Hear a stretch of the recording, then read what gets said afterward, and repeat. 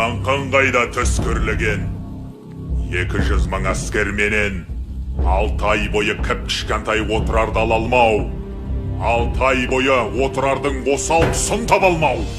Ойы тауыл, сезім аспан, тек жеңіспен көзін ашқан менің алғыр ұрпағымның сүйегіне зор таңба, намысыма сат түсті мына сенің арқаңда. Деп Шыңғысхан Шағатайға оқты көзін қадады. Осы өкініш мені де өртеп барады. Отырардың бақытына орнаған, болар бәлкім алдырмай тұр зор қамал. Бірақ әке, жүргенім жоқ аянып. Қанша үмітім жел құшты, қанша әскерім жер құшты. Дала жатыр қызыл қанға боялып. Егер бүкпей баяндасам шындықты, рухы өр, тәні бекем. Бұл бір қайсар халық екен, тірліктен де артық қойған бірлікті. Жүрегінде ыза табы қалмағандай бір мысқал. Шалалаусың, деп жымиды Шыңғысхан. Сақталмау мүмкін емес зердеңде. Сен 9-ға келгенде, ұлу жылы Үктайдың тойында, оқ өтпейтін алып батыр жайында, ертек айтқам оңашала өзіңе. Сол ертекті неге алмадың пайымға? Кешір әке, балалық ба, серсіздік бе, шалалық ба, тек нобай ғана қапты ойымда. Есің кетсе, естіге кіріп тарсың. Ең бассын ұмытқансың. Деп Шыңғысхан ызбарлана тіл қатты. Әр сөзінде атан түйе қайсардай зіл жатты. Жә, ендеше түсірейін есіңе. Жомарт аңқау сайын дала төсінде сан мың әскер шеңбеген өр алыпты, бірақ адам табанына салыпты.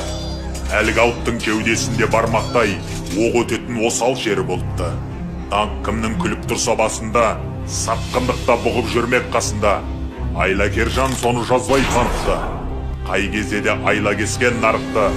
Жақын бар бөңілместен жауына, шығам деме ұлым жеңіс тауына. Адам аз ба күшке сеніп адасқан. Жауың мықты, бұған сірә таласпан. Әр мықтының осал жері болмай ма? Болса қайсы, оған бастар жол қайда? Ал бұл сұрақ, бар кез сенің жүру керек басыңда. Менің күлі жеңісімнің құпиясы осында. Көңілінен күрт серпіліп наласы. Ұқтым әке, деп жымиды баласы. 6 ай бойы ерлік салтқа төрім берген отырар. 6 ай бойғы алапатта жеңілмеген отырар. 6 күнде жермен жексен қирады. Ақыл ойын жалындатқан, өнер ғылым шамын жаққан ұлы қала Азияның маңдайына сыймады. 3 күннен соң 2 адамды Шыңғысханға алып келді.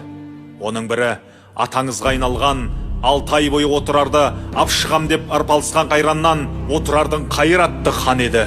Екіншісі қара мұрты қара түн, қара түнде қаққан қара қанатын, Шағатайға отырардың қақпасын ашып берген қара шоқы болатын. Шыңғысхан ұзақ үнсіз ойланып: «Я, Қайырхан, рух ердің өзегі ғой. Жігіттерім жеңгенімен тәніңді, жеңе алмапты жаныңды. Ал мына бір сатқынды Құдай саған қайдан ғана тап қылды. Ерлігіңе осы болсын сыйлығым.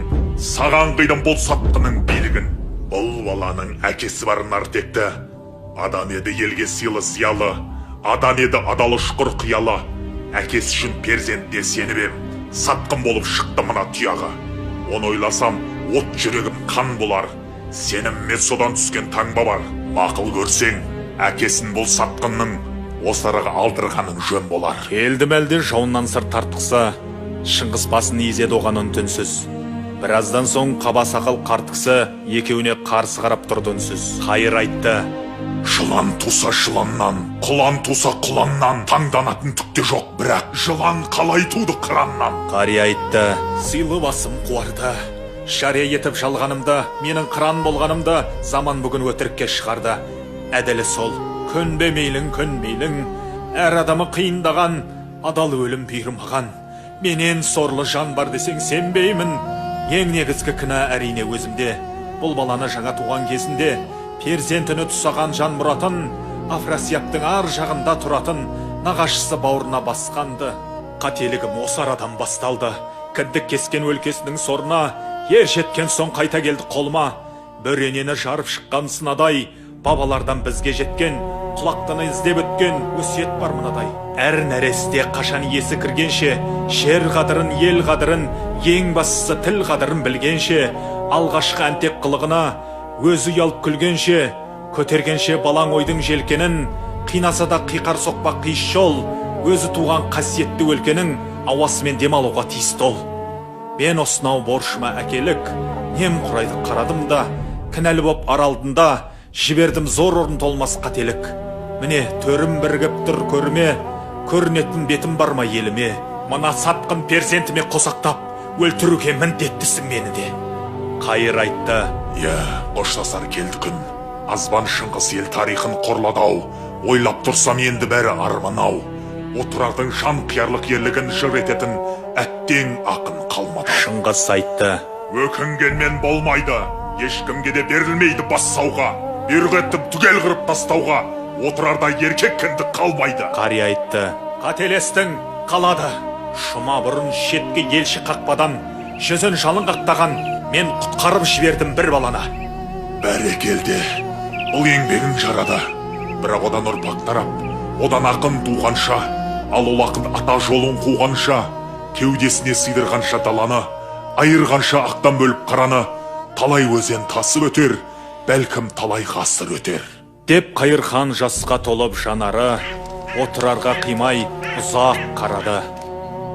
Оян, Қайыр бабатайым, қасиеттім қымбаттым, саналапат тасырдан соң, тасыр дауыл басылған соң, 7,5 ғасырдан соң, өзіңіз деп тіл қаттым, аман қапты батыр арман. От қоранған отырардан, қашып шыққан сол баяғы баладан, бұл күндер санатты ұрпақ тараған, дәуірінің қанатында самғаған, сол ұрпақтан шыққан ақын мен болам. Кешіктің деп кінәлама айбарлым, сені ояту үшін қанша ойландым. Еңіреген ерең аузы дуалы, бізге жетті жүрегіңнің шуағы. Түп тамырын сенен алып жатқан ел, саған ұқсас батырларын туады. Күллі Азия көз тігетін таңдана, құм астынан көрінбейді паң қала. Сол қалаға арнаған бұл жырымды оң қабақпен қабылдай көр, жан баба.